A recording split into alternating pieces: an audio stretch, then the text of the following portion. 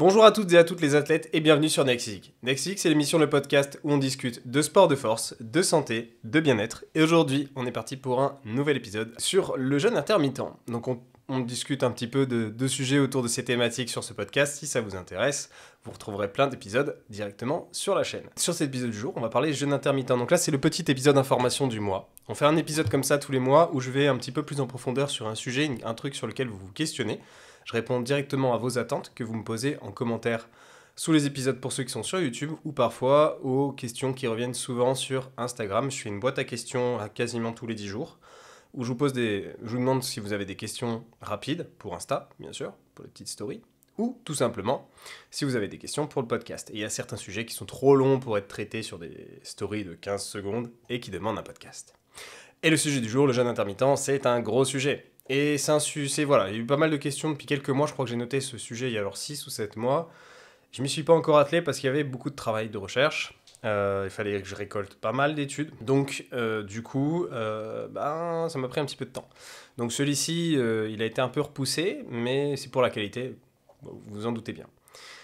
Donc on va parler jeûne intermittent, mais surtout, voilà, sur ce podcast, les questions qui revenaient surtout, c'était est-ce que c'est intéressant et surtout comment l'optimiser. Donc la plupart des questions, c'était plus pour des gens qui le pratiquent déjà et qui se demandaient comment faire au mieux à partir de cela. Des gens qui parfois n'aiment pas manger le matin, etc. Voilà, après le jeûne intermittent, comme son nom l'indique, c'est pas forcément le matin, parce qu'en soi on a tous peut-être des horaires qui peuvent être différents. Certains ont des horaires décalés, et leur jeûne intermittent n'est peut-être pas tout simplement un petit déjeuner comme on l'entend du matin. Donc déjà, il faut bien remettre les choses dans son contexte. Pour ce podcast, ce qu'on entend par jeûne intermittent, c'est vraiment l'idée d'avoir une fenêtre d'arrêt pendant un certain nombre d'heures à partir d'un jeûne nocturne. Donc le jeûne nocturne, c'est votre nuit.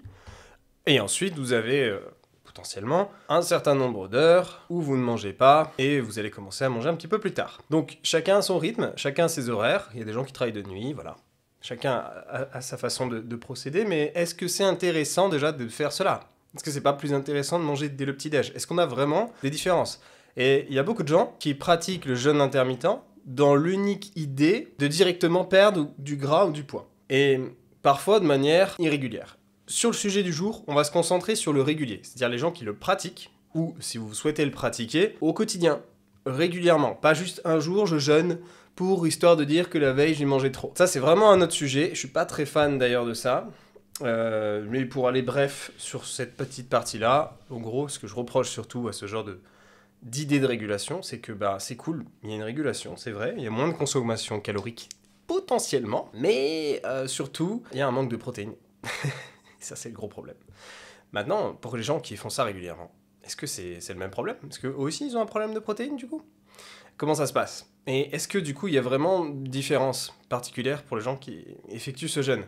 Alors, on va revenir un petit peu sur les bases, je vais vous expliquer un petit peu comment j'ai organisé la création de ce podcast et sur le chapitre que vous allez écouter aujourd'hui. Sur cet épisode, du coup, on va surtout d'abord répondre à différentes grandes problématiques, questionnements qu'on a sur le jeûne intermittent, comme par exemple, le premier qu'on va aborder, c'est est-ce que c'est plus efficace pour perdre du gras, pour perdre du poids ? Et au fur et à mesure, on va répondre à ces différentes thématiques. Et à la fin, on étudiera surtout l'actualité scientifique, on regardera un petit peu ce qui s'est passé autour de ce thème-là, ce qui a pu être montré récemment et faire un petit peu la comparaison avec l'épisode du jour. Donc sans plus attendre, on est parti pour cet épisode. Comme d'habitude, si cet épisode vous plaît, si ça vous intéresse, je vous laisse le liker, le commenter en échange de valeur. C'est-à-dire que moi je fais cet épisode, si ça vous a plu, si ça vous a aidé, en échange, si vous pouvez me laisser un like sur la vidéo, ou si vous êtes sur les plateformes de podcast, sur Spotify, Deezer, etc., allez sur l'accueil du podcast et me mettre une étoile. Ça permet de faire un échange. Si je vous ai aidé, alors du coup, je vous laisse m'aider aussi. Alors tout d'abord, on va répondre aux questions de perte de poids et on va se demander un petit peu ce qui se passe sur le sujet. Qu'est-ce que l'on sait aujourd'hui ? Qu'est-ce que la science nous a permis de montrer sur ce côté-là ? Alors tout d'abord, si on prend la littérature scientifique et qu'on regarde ce qui a été démontré à de nombreuses reprises pour les personnes qui ont un apport calorique quotidien qui est similaire entre intermittent ou consommation normale, calories, protéines pareilles, on a les mêmes résultats pour ces personnes-là, pour des gens qui sont genre sédentaires. On a pareil, on a les mêmes résultats sur plein d'études, tout pareil. Il n'y a pas de différence et d'avantage à mettre un jeûne intermittent par rapport à quelqu'un qui n'en fait pas. Donc techniquement, si votre but est seulement et uniquement de dire je le fais parce que je veux perdre plus de gras, dans cette idée-là, non, il n'y a pas de différence. Maintenant, si ça peut vous permettre potentiellement de manger moins sur ce repas-là du coup que vous avez sauté, mais que vous ne compensez pas sur un autre repas de la journée, alors oui, techniquement, vous avez mangé moins de calories que si vous aviez équilibré sur toute la journée. Cependant, c'est rarement le cas. Il y a plein de gens qui implémentent le jeûne intermittent, mais qui du coup mangent plus à d'autres moments ou qui se mettent à grignoter à un autre moment de la journée, se font un plus gros dessert, des choses comme ça, qui décalent leurs calories sur la fin de journée et qui au final se retrouvent à consommer la même chose, voire pire qu'avant. Donc pour ceux qui souhaitent le mettre en place, qui l'ont mis en place récemment, et qui se disent je le fais dans le seul but de mieux perdre, ça va pas être forcément le cas. Ça sera le cas si et seulement si le repas sauté n'a pas été compensé du tout, il n'y a pas eu d'ajout supplémentaire ailleurs. C'est-à-dire que par exemple, vous avez votre maintien qui est à 2000 calories. Admettons, c'est 2000, comme ça c'est simple à comprendre. Et vous pouvez commencer à perdre à 1700, c'est sur un déficit. Voilà, vous creusez un petit peu votre déficit. Ok, ça marche. Mais si vous voulez que ça reste efficace, eh bien il faudra aller plus loin que cela. C'est-à-dire, je ne vais pas me dire je saute le petit-déj et ça marche forcément. Si je saute le petit-déj qui faisait 300 cales et que ces 300 cales je les place pas ailleurs, ou en tout cas, j'en saute 300, mais je me mets à grignoter 150 de plus sur 3 BN ou 2 BN au goûter, et bien au final j'aurai un déficit que de 150 cales. Donc ça veut dire si je saute, je ne mets rien d'autre dans un autre panier. C'est vraiment ça l'idée. À partir de là, si vous le faites et que ça vous convient mieux qu'une journée équilibrée, pourquoi pas. Donc oui, c'est juste pour conclure, ça vaudra toujours la même chose. On est toujours sur un principe de balance énergétique. Est-ce que ma balance est équilibrée? Est-ce qu'elle est à son compte? C'est la même chose que vos finances personnelles. Si vous essayez de mettre de l'argent à l'inverse du déficit pour un voyage, vous avez prévu 300 € pour partir en vacances. Où est-ce qu'on part en vacances avec 300 balles de nos jours? J'en sais rien. En Vendée. Vous essayez de partir en Vendée, ok, ça marche, vous avez mis 300 € de côté. Si vous dites, ok, j'ai mis 300 de côté, donc je partirai forcément en Vendée, et que finalement, au fur et à mesure de l'année, ces 300, vous n'avez pas fait gaffe, vous les avez grignotés, dans des collations, vous avez acheté plus de BN que d'habitude, il n'y aura plus de 300 à la fin. Donc, effectivement, ça sera moins efficace. Donc, vous irez peut-être pas en Vendée. Désolé, ceux qui viennent de Vendée. En vrai, ça se trouve, la Vendée, ça coûte cher, j'en sais rien, j'ai dit ça comme ça. Mais bref. Le Cantal, ça coûte peut-être moins cher. Ok, ça marche. Thème suivant, autre sujet qu'on va regarder, c'est l'activité et le jeûne intermittent. En fait, le truc du jeûne intermittent, c'est qu'on a moins d'énergie à son départ de la journée. Cependant, on a moins d'énergie à allouer à des dépenses. On a moins d'énergie à allouer à certaines activités. Et c'est pour ça qu'il y a une chose. Alors je pense que ça serait vraiment le sujet d'un entier podcast complémentaire. Mais une chose que beaucoup de gens font avec leur jeûne intermittent, c'est qu'ils s'entraînent à jeun. Et le problème de s'entraîner à jeun, vous l'avez compris avec mon ton de voix, c'est que j'en suis pas très fan. Parce que avec ce manque énergétique qui est présent, notre performance est moins importante.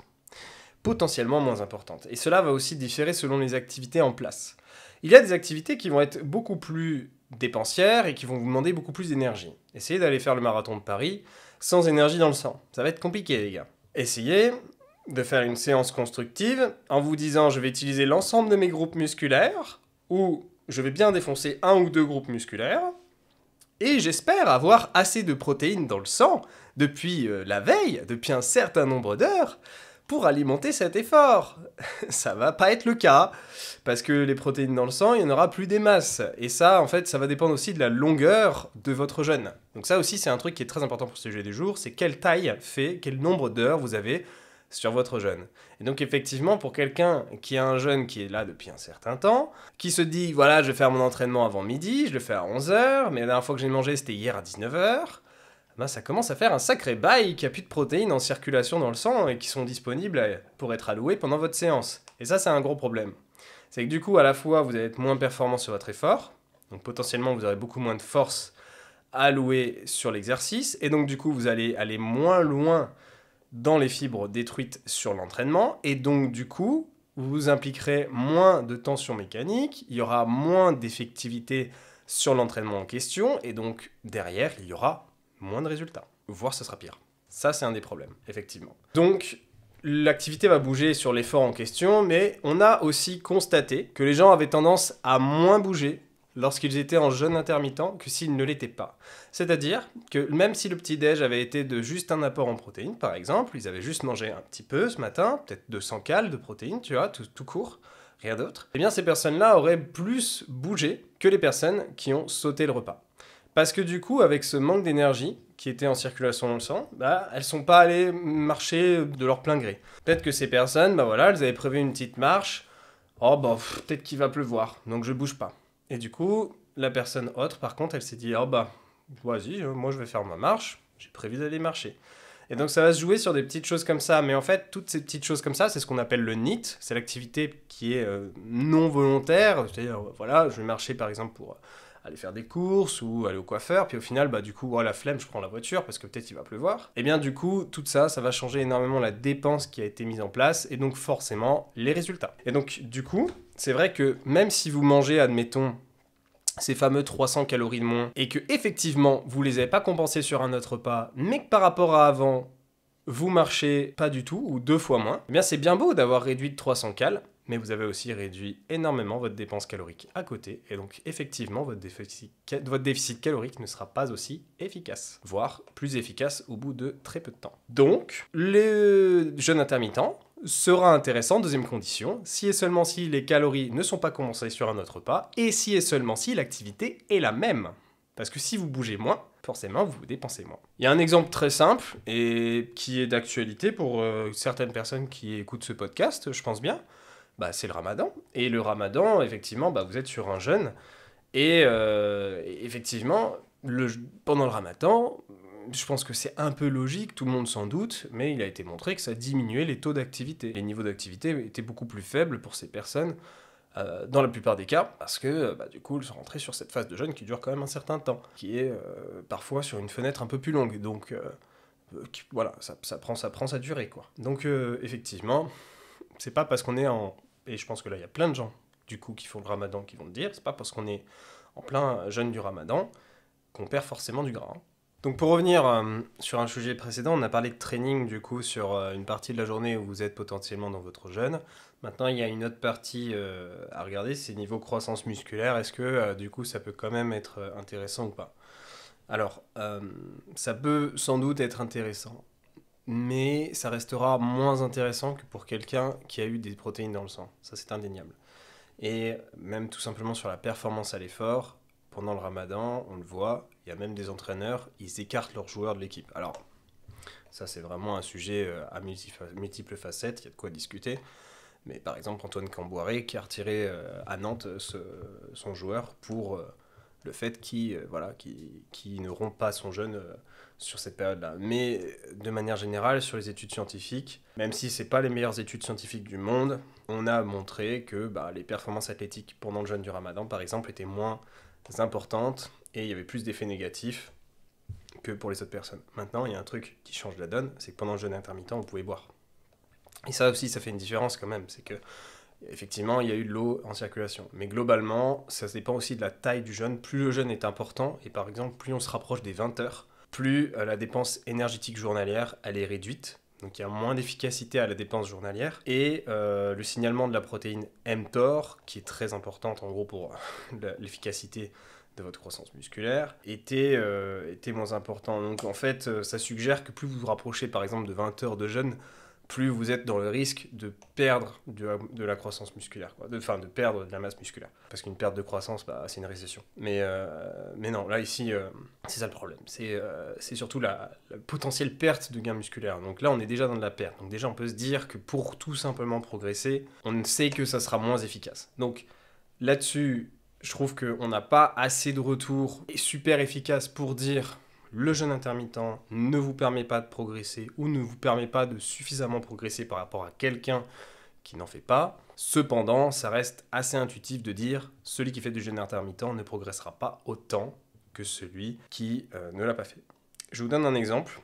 Pendant ma prépa, ce que j'ai fait l'an dernier, donc j'ai fait une prépa pendant 9 mois pour ma compétition de bodybuilding. Je sais que durant cette prépa, au fur et à mesure du temps, j'allouais plus d'énergie à mon pré-training, donc je faisais certainement pas à jeun, et j'avais besoin de cette énergie-là pour ne pas être en KO et manque de glucides sur le training en question. Donc au fur et à mesure du temps, il était plus intéressant pour moi d'alléger mon petit-déj, mais d'avoir toujours mes apports en protéines à ce moment-là, et donc du coup, d'à minima me dire que je suis allé faire mon début de journée, faire mon HIIT, aller marcher à pied, donc ne pas avoir la flemme d'aller marcher à pied, avec au moins des apports en protéines dans le sang. Et ça me permettait de me dire qu'au final, j'avais quasiment fait un jeûne intermittent.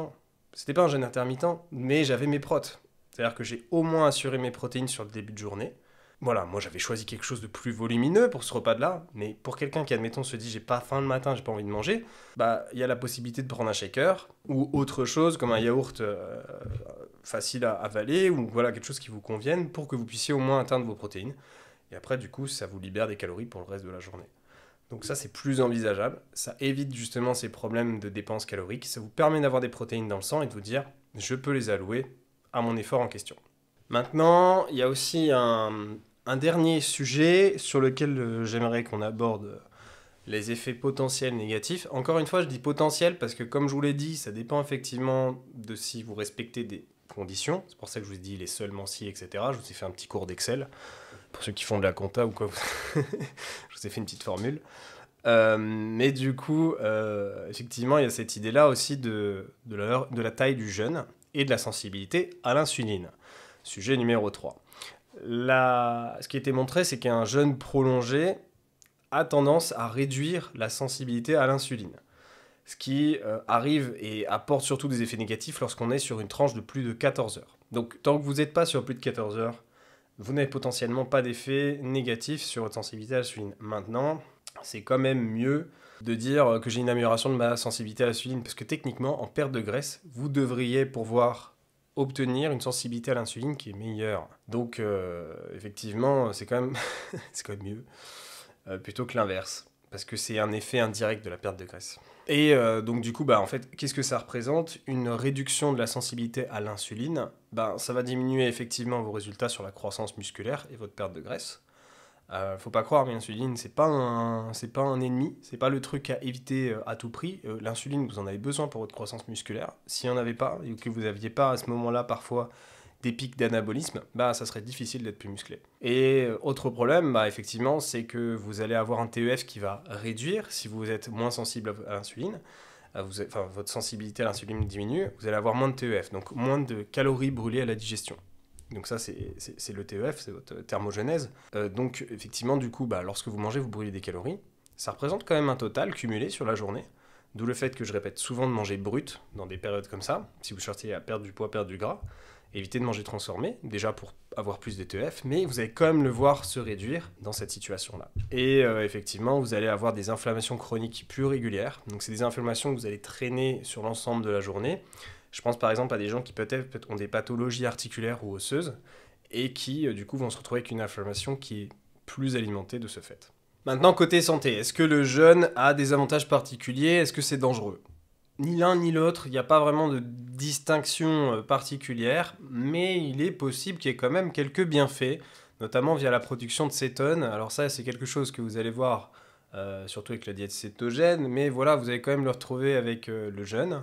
Et ça peut être intéressant. Alors maintenant, il y en a qui font ça parfois par cycle, un peu comme un ramadan, histoire d'améliorer cette partie-là. C'est potentiel, mais c'est pas avéré non plus, quoi. C'est-à-dire qu'il n'y a pas une évidence particulière à l'avantage de le faire.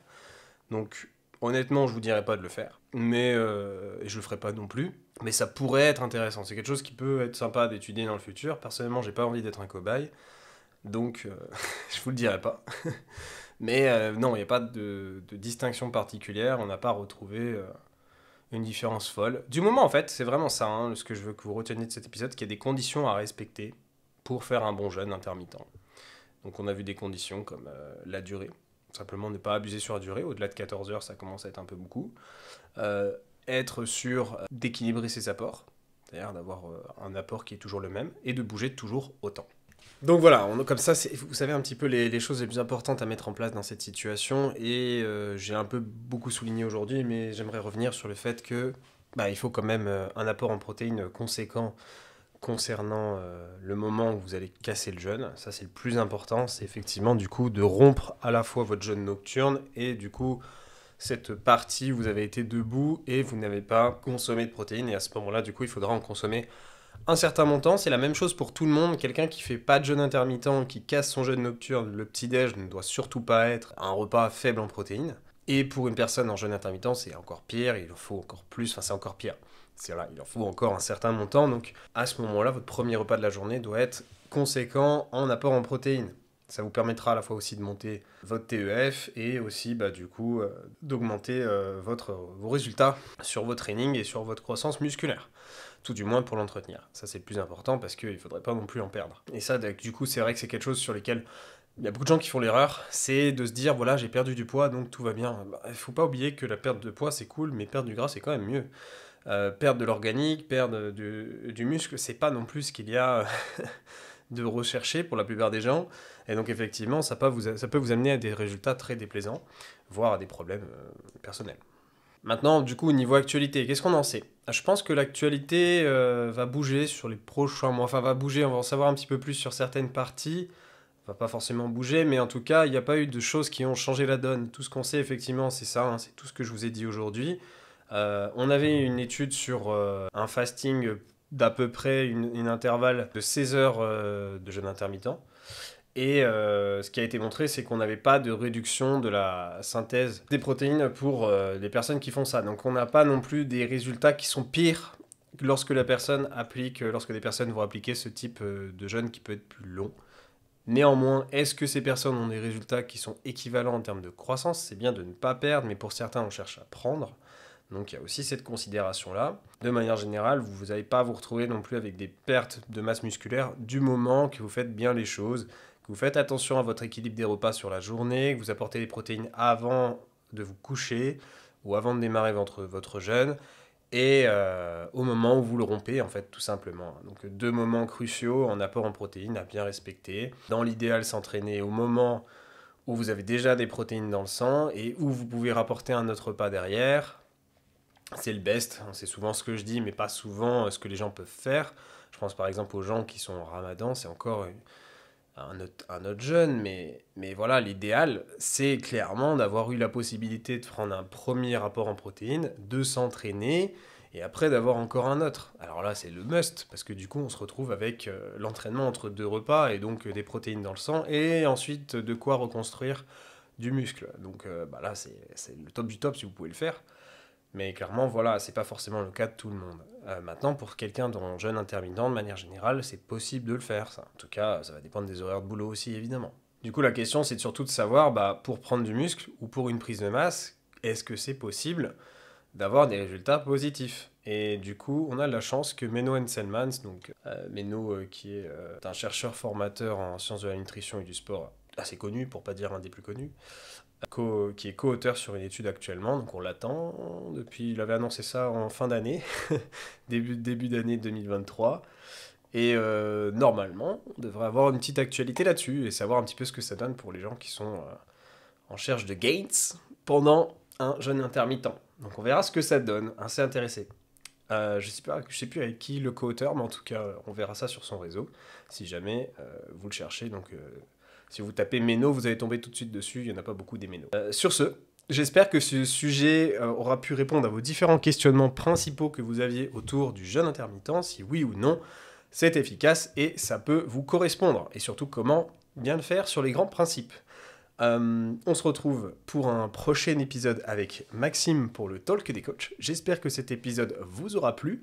Si c'est le cas, n'oubliez pas notre petit échange de valeurs. Faites-le moi savoir. Si cet épisode vous a plu, n'oubliez pas de vous abonner pour d'autres épisodes comme cela. Et puis, si vous avez des petites envies de sujets, n'hésitez pas à me le dire en commentaire. On se retrouve pour un prochain épisode sur Next Physique. Merci d'avoir suivi cet épisode. C'était Julien.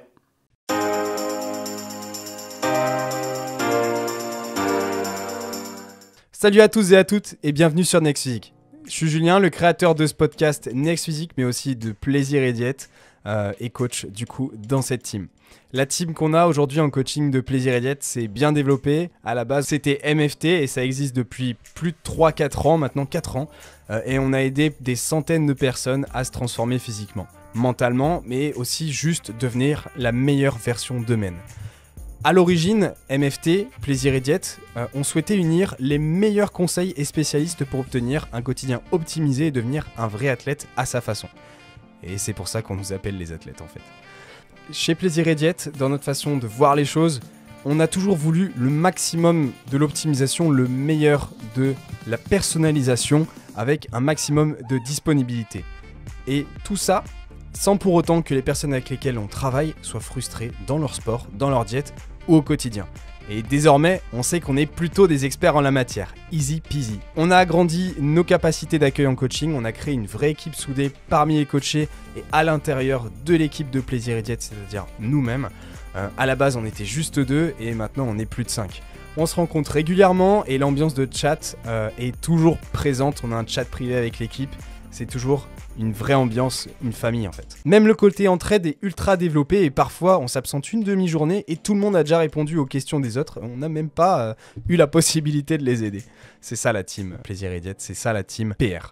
On veut le meilleur pour chacun de nos élèves. On a une bibliothèque d'applications mobiles, de guides et de calculateurs d'outils pour le coaching, une interface de suivi en direct avec le coach référent, moi par exemple, et le chat de groupe. On a un groupe Facebook, on a plein de lives explicatifs dessus et des tutos techniques. Toutes les semaines, on met tout en œuvre pour que l'entièreté du programme fonctionne pour la personne. Pour ça, on a un bilan de la semaine, on n'hésite pas à vous appeler, on met en place un vrai suivi où on est présent tous les jours par message pour assurer la meilleure évolution possible de la personne. Et c'est pour ça qu'on fait du coaching en ligne. Un bilan de la semaine est mis en place toutes les semaines entre le coach et le coaché. Ça nous permet de statuer sur les différents points d'évolution autour de la nutrition, du sommeil, ou même d'autres informations générales. Les coachings, c'est un tandem, c'est entre vous et nous. Et une équipe, ça doit avancer ensemble. Pour ça, on vous prépare le terrain, on assure vos arrières, on fait le job, et après, c'est à vous, sur le terrain, de faire ce qu'il faut. On vérifie chacun de vos mouvements via des vidéos à nous envoyer afin d'optimiser votre entraînement. Et ça, on met un point d'honneur dessus pour que à la fois, vous ne vous blessiez pas, et ensuite, que vous gagnez un maximum de muscles et de force. Pour ma part, les coachings sont sur réservation. Si t'écoutes ce podcast, c'est sans doute que t'es intéressé par l'optimisation de tes résultats et qu'on ira loin ensemble. Contacte-moi directement sur Instagram par message pour qu'on en discute, ou tu peux remplir le questionnaire qu'il y a en description de ce podcast et tu pourras ainsi candidater et on prendra un rendez-vous ensemble pour en discuter directement de vive voix. Plus d'informations sur le suivi en lien en description.